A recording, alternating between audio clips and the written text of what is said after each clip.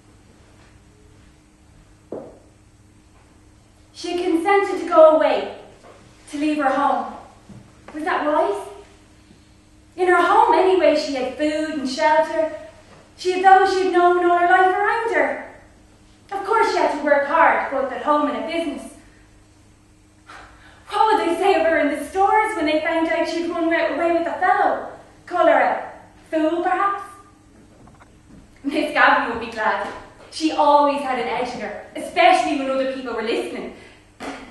Miss Hill, don't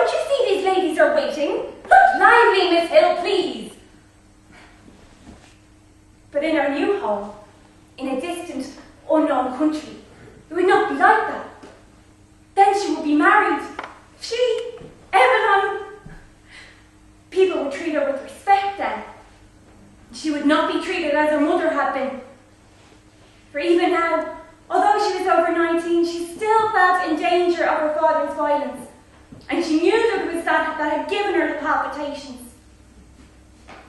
When she was growing up, he had never gone for her because she was a girl.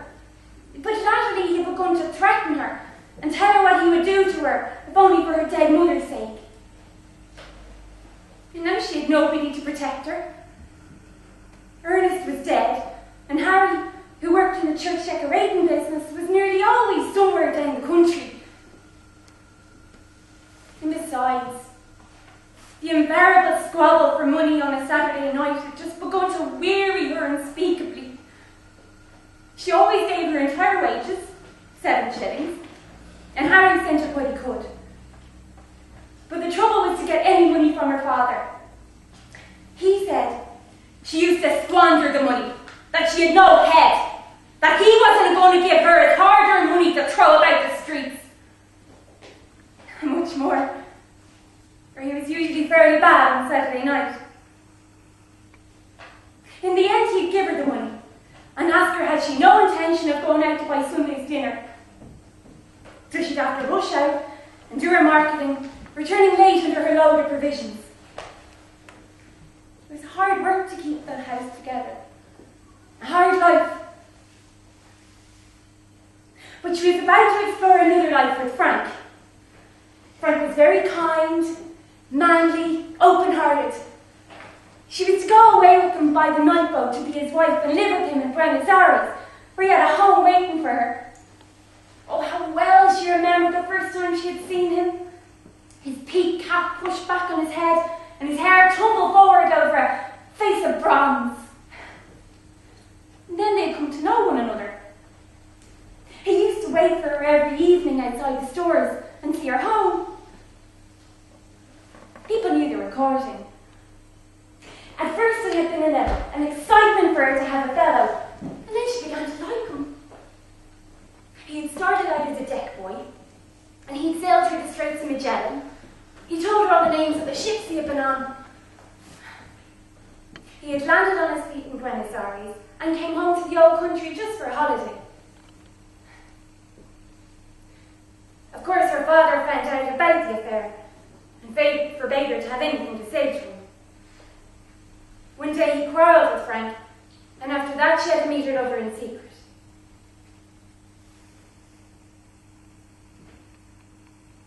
The white of 2 letters in her lap were indistinct. One was to Harry, and the other was to her father. Her father was becoming old lately, she noticed. He would miss her. Her time was running out, but she continued to sit there. Down far in the avenue she could hear an organ playing. She knew the air. How strange it should come that very night to remind her of her promise to her mother.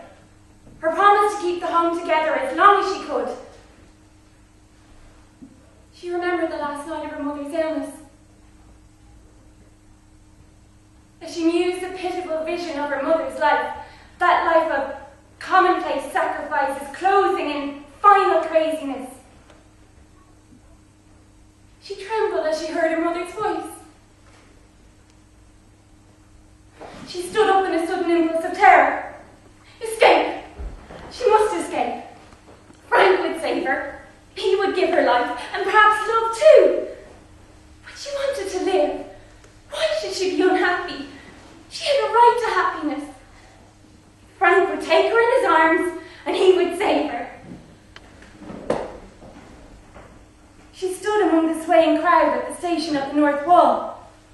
He held her hand, and she knew he was speaking to her, saying something about the passage over and over again. She caught a glimpse of the black mass of the boat lying in beside the quay wall. She felt her cheek pale and cold, and she prayed to God to direct her, to show her what was her duty. If she went, tomorrow she'd be on the sea with Frank, steaming towards Buenos Aires. Her passage had been booked. Could she still draw back after all he had done for her? She felt him seize her hand. Come! All the seas of the world tumbled about her heart. He was drawing her into them. He would drown her. She gripped with both hands at the iron railing. Come! No!